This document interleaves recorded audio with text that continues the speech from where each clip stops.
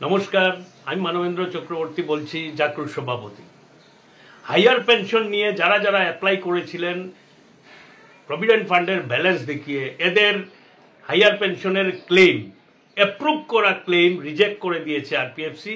তার প্রমাণ আমরা এই কয়েকদিনের ভিতরে পেয়েছি। আশ্চর্যের কথা, কেন রিজেক্ট হলো তার কোনো ধরনের বর্ণনা এই রিজেকশনের জায়গায় লেখা নেই। আপনাদের মনে আছে যে মহামান্য সুপ্রিম কোর্টের 4 নভেম্বর 2022-এর আদেশ অনুসারে হাইয়ার পেনশন 2014-র পরে যারা চাকরিতে ছিলেন এরাই পাওয়ার অধিকারী।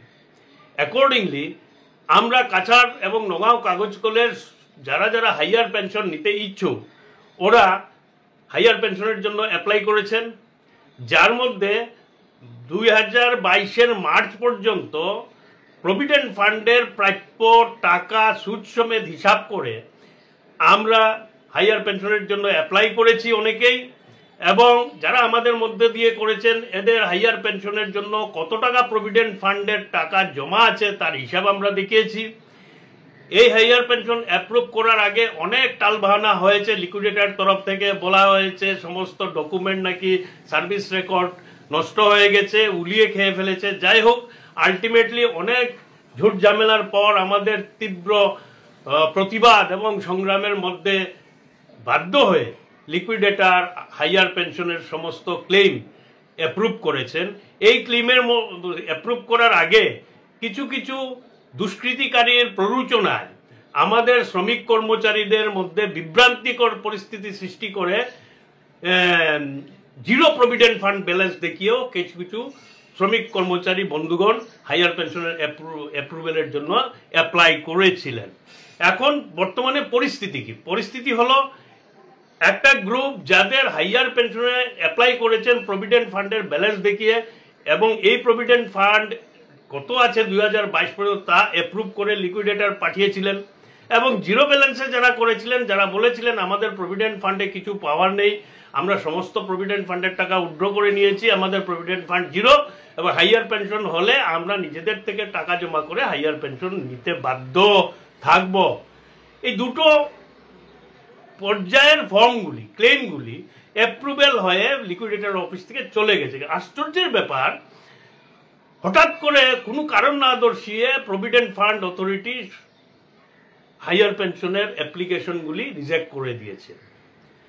গতকাল আমরা লিকুইডেটর যিনি বর্তমানে এইচপিসি হিন্দুস্তান পেপার কর্পোরেশনের ম্যানেজমেন্টের স্থলাভিষিক্ত হয়ে এইচপিসির সমস্ত কার্যভার বহন করে যাচ্ছেন, ওনাকে আমরা লিখেছি যে আপনি অতি সত্বর প্রভিডেন্ট ফান্ড অথরিটির কাছে ব্যাপারটা কেন রিজেক্ট হয়েছে ক্লেমগুলো তার কারণ জানুন, এবং তার প্রতিকার করার জন্য অতি সত্বর আপনি ব্যবস্থা গ্রহণ করুন।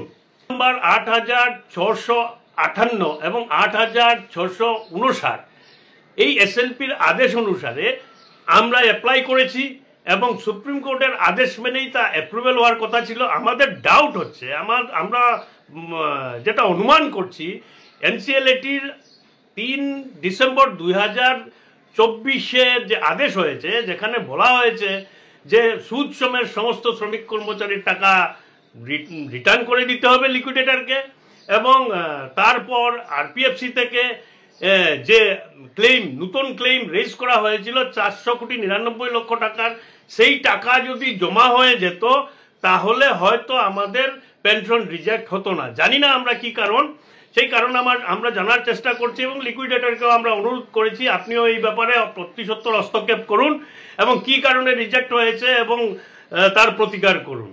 এবার আমাদের কাছে বর্তমান পরিস্থিতিতে আমরা কোথায় আছি, আমরা যারা প্রভিডেন্ট ফান্ডের ব্যালেন্স দেখিয়ে অ্যাপ্রুভেলের জন্য অ্যাপ্লাই করেছি হাইয়ার পেনশন, এদের কাছে একটা প্রমাণ আছে যে 2022-এর মার্চ পর্যন্ত আমাদের সুদ সমেত প্রভিডেন্ট ফান্ডের কত টাকা আছে, এই একটা প্রমাণ আমাদের কাছে এখন আছে, যা দিয়ে আমরা প্রভিডেন্ট ফান্ডটা অ্যাটলিস্ট প্রোটেকশন দিতে পারবো।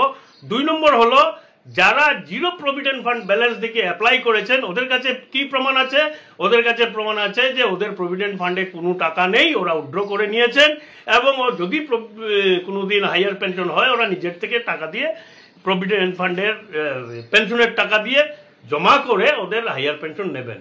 তো আমরা আমাদের লড়াই চালিয়ে যাচ্ছি, কোনো দুশ্চিন্তার কারণ নেই। হাইয়ার পেনশন ভারতবর্ষর কোথাও এখনো পর্যন্ত ইমপ্লিমেন্ট হয় নাই, এই ধরনের অনেক ঝুট ঝামেলা চলছে, এবং নানা ধরনের পরিস্থিতির জন্য ন্যাশনাল পেনশনার অ্যাসোসিয়েশন থেকে পদক্ষেপ নেওয়া হচ্ছে। আমাদের ইস্যুটাও ওদের কাছে আমরা পাঠাবো, এবং আমরা আশা করি এর একটা সুরাহা হবে।